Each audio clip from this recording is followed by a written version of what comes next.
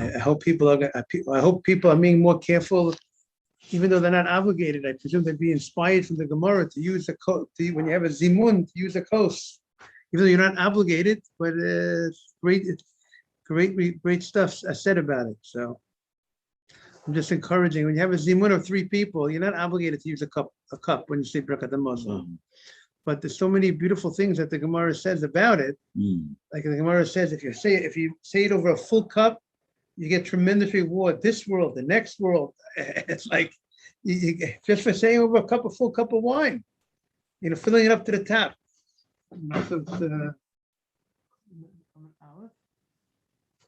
You're on B. We're on A towards the bottom. 51A. Okay. Morning, everybody. We are 1, 2, 3, 4, 5 lines from the bottom. Itur. You have it? Itur.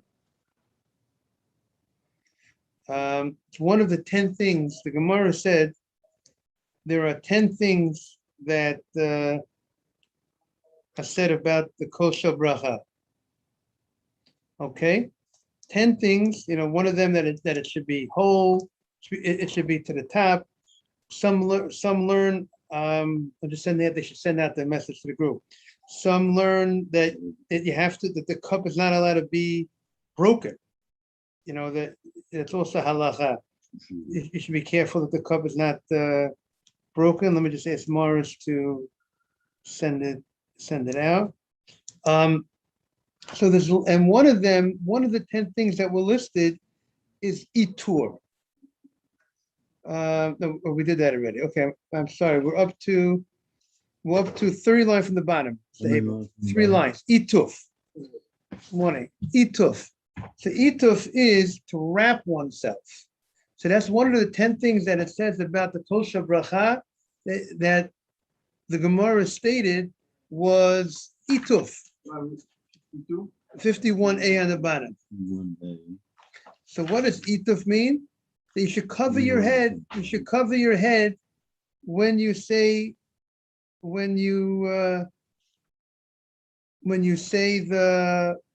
Birkat Hamazon. So the obvious question is, very good. So the Gemara says, good morning, that there's a law of ituf by the kosher bracha. And what does ituf mean? Covering your head. So obvious question, like, you say Mesatev Batzitzit, right? When you put on your talis, right? Right? So you say the idea of wrapping yourself, you wrap your head, right? That's one of the main things that you wrap when you do the atifa is your head. That's one of the main things that you're wrapping. So when it says, good morning, Mr. Ajmi, welcome back. So it says that one of the things is that there's an opinion in a Braita that says about 10 things regarding the kosher bracha by Birkat Hamazon, and it doesn't only apply to Birkat Hamazon. Many of the commentators say Kiddush, Havdalah, is that these laws, and one of the laws was that were very famous. You have to wash the cup out. If someone made Kiddush, if Mr. Haber made Kiddush already on the cup, right? It's Pokum, I have to wash it out and I have to fill it up to the top. So these are some of the laws of that. And one of the things it says in the Braita is that you should also cover your head. Now, there's another rabbi that says our custom is not to do all of the 10. And covering the head wasn't one of the 10 that rabbi listed you have to have. He only had 4 out of the 10. So one Braita listed 10 things to do with the kosher bracha, and the other rabbi says we're familiar with 4 of them, but the halacha brings down more than 4 out of the 10. But this one, Rabbi Vadia says, wrapping yourself up, covering your head during the Birkat Hamazon is not an obligation. But it's interesting to note that there is an opinion that says that when you say Birkat Hamazon is such a holy thing, such that you're supposed to wrap your head in humility, that you cover your head. See, the Rosh says you have to. The question is, how do you translate literally wrapping your head, covering your head? So the question is, you're not allowed to say a bracha when your head is uncovered. So what's the chidush that you have to cover your head? So they want to say, that means in addition to whatever other covering you have on your head, you have to have a second cover. That would be that's how the Beit Yosef asked, what's this law about covering your head for Birkat HaMazon? Every blessing you say, you have to cover your head. So therefore, he says it's referring to the Sudah, that turban that you put around something else that you cover your head with some other, like you see Baba Sali, right? He had that thing on his head, right? It was like, so that's what you, like, it used to be common when you go in front of a noble person, you would wrap your head with something, with some sort of covering, sign of humility. I'll never forget Rabbi David Feinstein in the yeshiva, Rabbi Moshe Feinstein's son, which both of you, Mr. Ajmi and Mr. Haber, knew of, had on. You learned, Mr. Ajmi came to a shir of Rabbi Feinstein. And I remember the Rosh Hashiva of Chofetz Chaim, Rabbi Henoch Leibowitz, who was Rosh Hashiva for close to 70 years of Chofetz Chaim. He took over his father, and he was the head of the Chofetz Chaim system. It's a great system, the Chofetz Chaim yeshiva, correct? He came to the yeshiva. Rabbi Feinstein went to get his hat, to meet with Rabbi Feinstein, like in the afternoon. Feinstein went to get his hat, to put on his hat. Out of respect, I'm meeting with the rabbi, I'm meeting with even though he's coming to meet with me, he's coming to meet with Rabbi Feinstein. But he was a senior Rosh Hashiva, Rabbi Leibowitz. So it made an impression on me how Rabbi Feinstein went to get his hat, to put on his hat to sit and meet with him. So here, that's like it says here in the commentary, that when you're in front of Gedolim, you would put on your hat in front of. So therefore, that's why there's an idea of wrapping your head with, when you're going in front of Hashem. So humility, you wrap yourself. So that by some of them they put also the jacket back. Right. Right. Some put on exactly. Some put on right. Exactly. So Ituf over here. So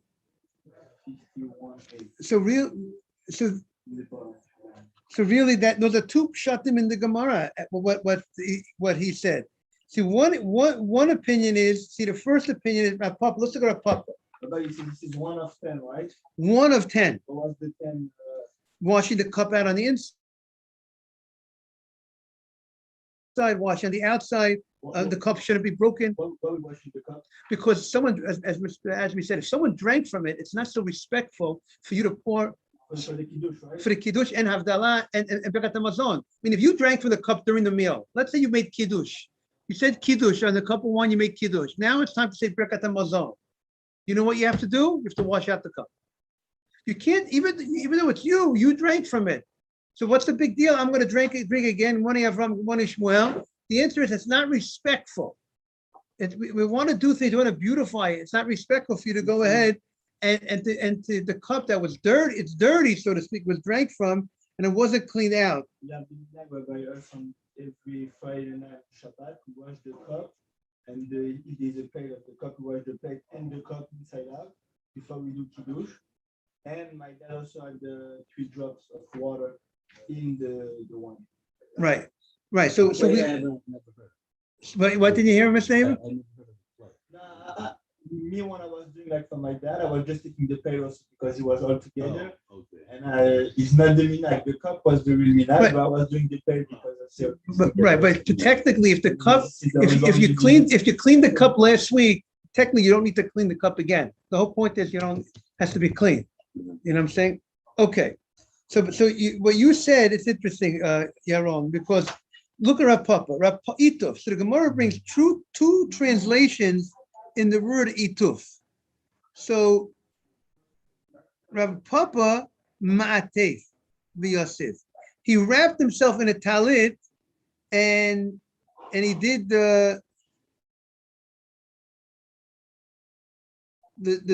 he led the zimun in the talit, which means to say like a jacket. The talit is like a jacket. And then Rav Asi Paris Sudra, what I was saying before, what Rav Asi did. Rav Asi Paris Sudra al Reishay. He put a hat on his head. So one focused on the wrapping himself, like a talit, more like the jacket, and one went ahead and put a thing on his head. Now, Rabbi, what does the Ravadia say about that? in the halacha.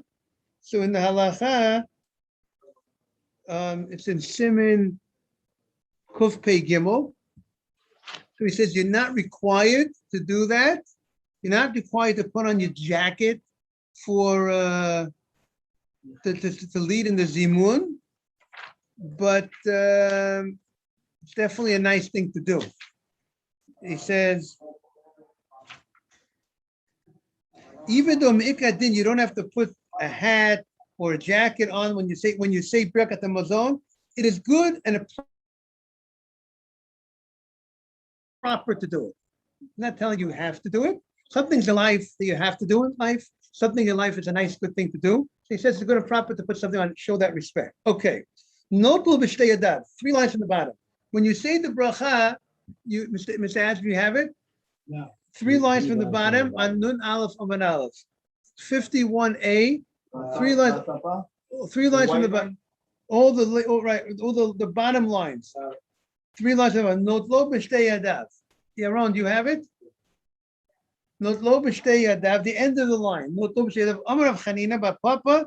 Micro. Where is the pasuk that alludes to this idea? That means to say that when you do kiddush and by Birkat Hamazon and also by kiddush and havdalah, you're supposed to take the cup with both hands, pick it up with both hands, and then move it to your right hand. You're not supposed to pick it up with one hand. You're supposed to show the love. You pick it up with both hands, and you show and that's an expression of showing importance for it, that your appreciation for it. You pick it with both, take something with both hands. They give someone a trophy. They don't take it with one hand. They take it with take it with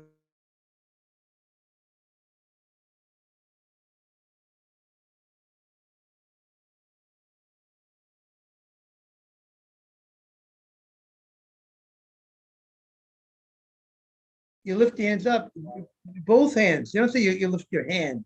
You lift both hands with Berachos Hashem. So that alludes to the idea that when you go ahead and you pick up the kos, like you got to train yourself. It will become automatic, but you're picking up with both hands. And then afterwards, when no snow yamin, you move the cup to your right hand, and then you hold it with your right hand. Now, and by the way, they discussed the question if you're a lefty. So some say some say a lefty holds it in his left hand. That's what some say. There's different opinions on it. I'm lefty and I become right. Okay, the Sfardim are more into the right hand, even if you're a lefty. Ashkenazim, I think, are more into the left if you're a lefty. But it was hard for me in the beginning that I was picking only the right hand, because when I was focusing to take the cup, I didn't put like both hands with me. I was just right.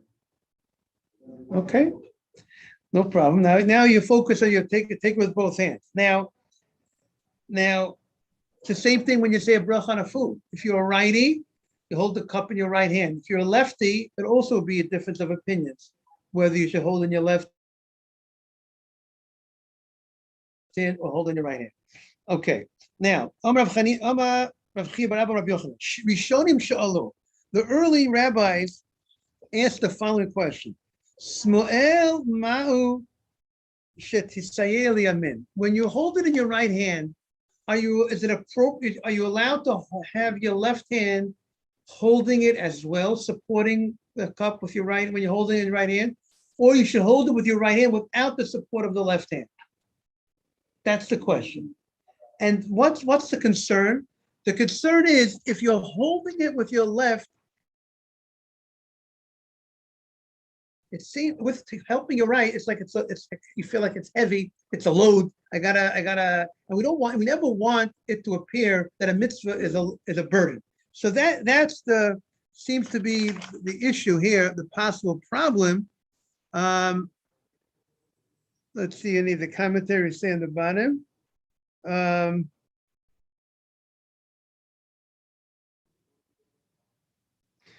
Okay. So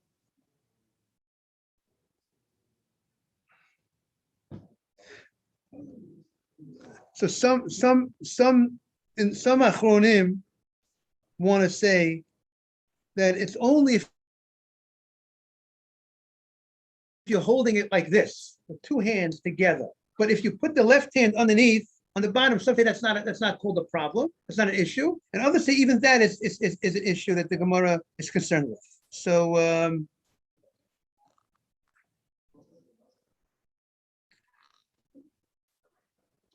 because let's see what the Gemara says. Rav Ashi. Rav Ashi says,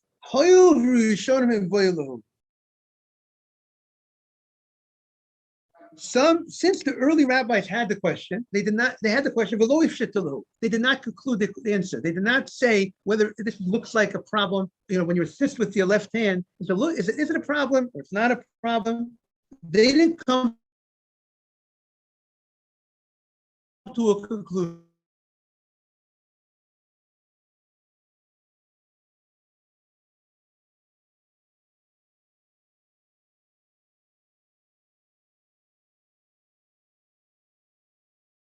And we're going to be strict and not do it. Look at Rashi.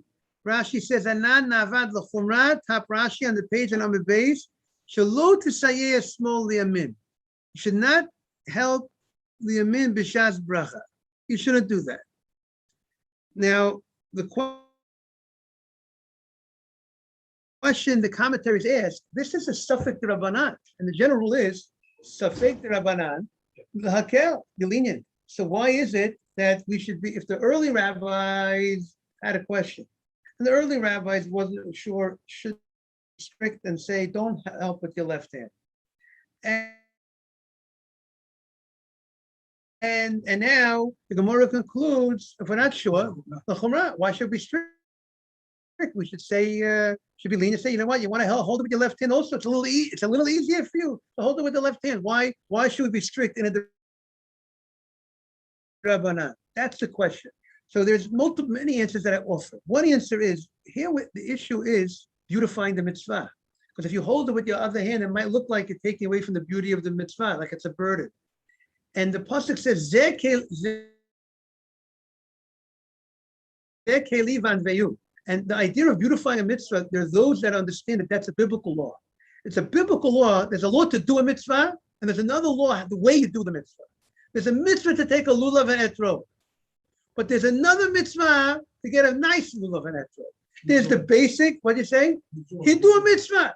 This idea of doing a mitzvah, of beautifying. So some say, since beautification of a mitzvah, they actually understand it's a biblical law, therefore it's a suffix d'oraita.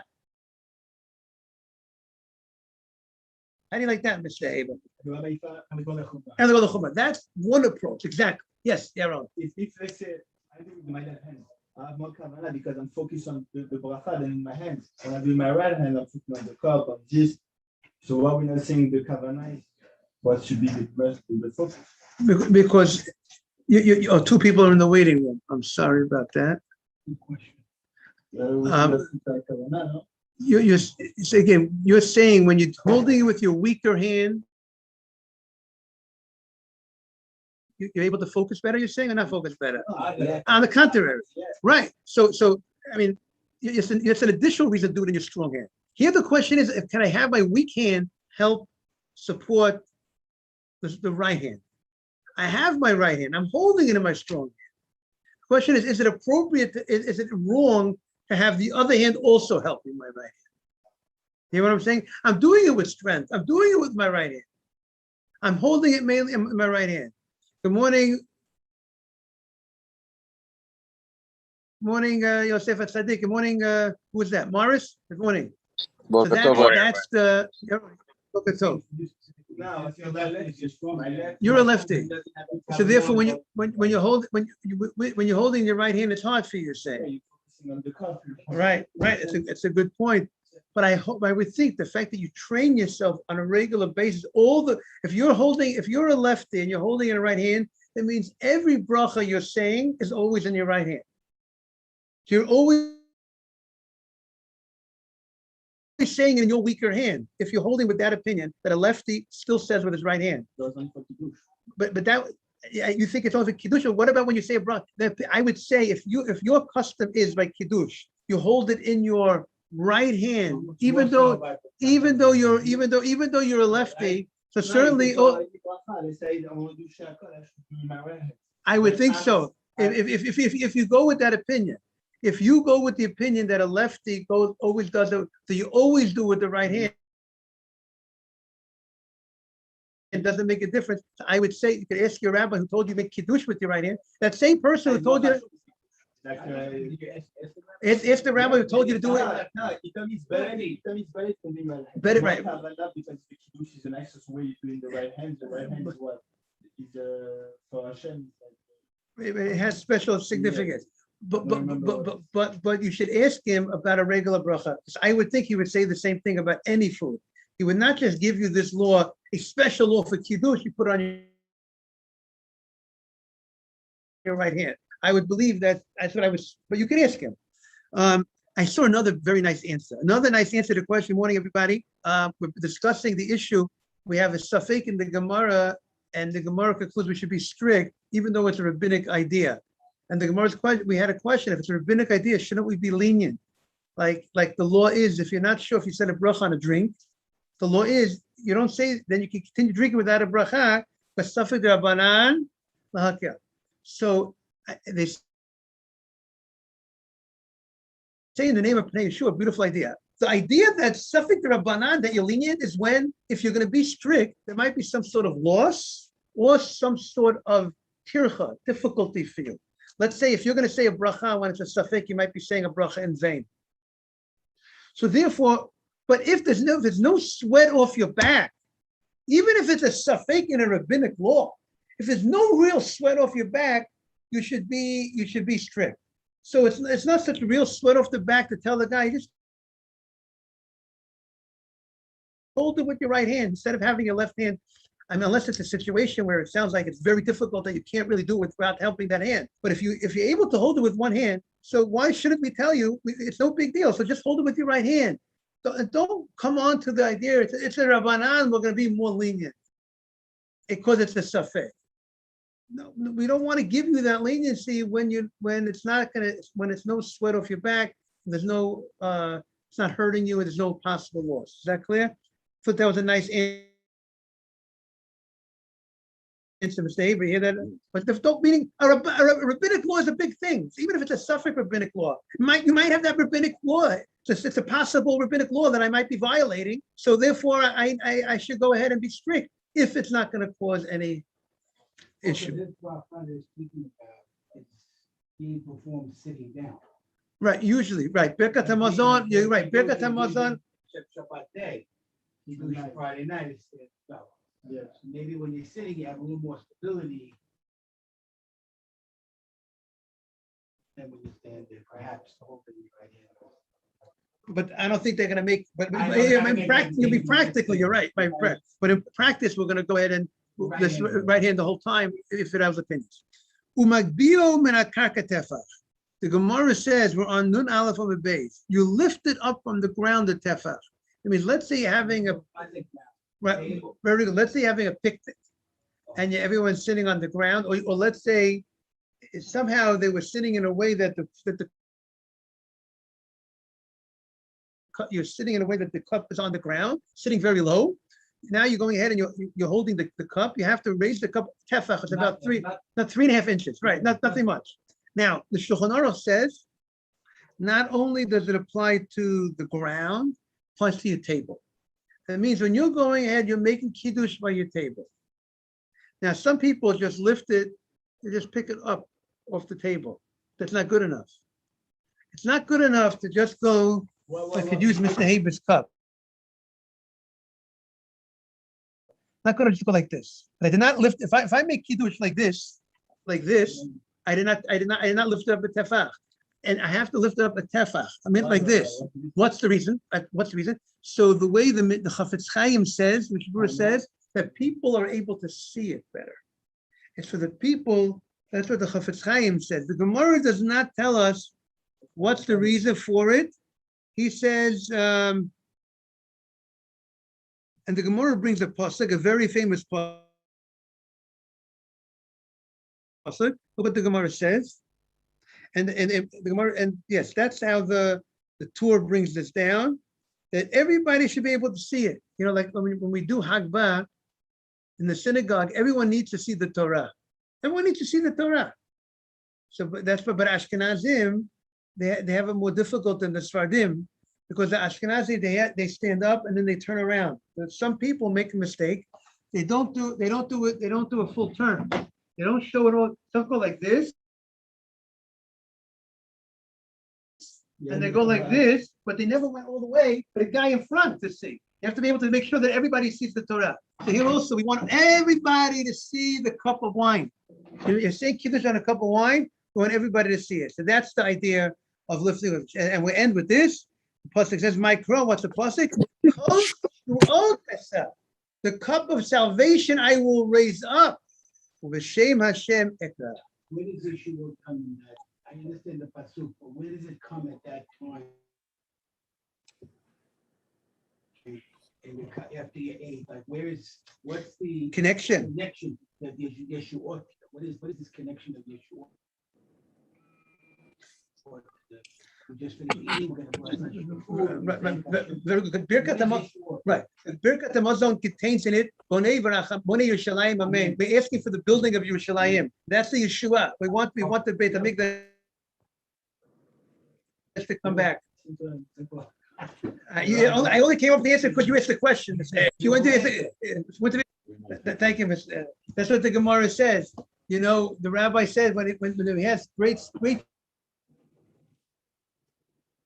people who attend the class, it sharpens the rabbi. Thank you. Okay, have a great day. Great day, Rabbi, everybody. Rabbi, Good morning, Shmuley. good morning. People Great day. who sit for Kiddush, there are people who sit for Kiddush. How important is it to raise a tefach when you're sitting? That you're at eye level, kamat, when you know at the of the coast when you're sitting. If you're not standing, maybe it's not as important to lift the coast so high.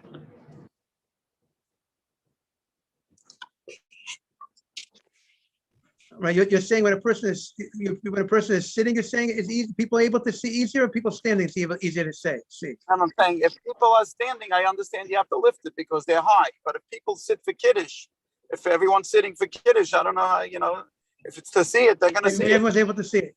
Right, I hear your point.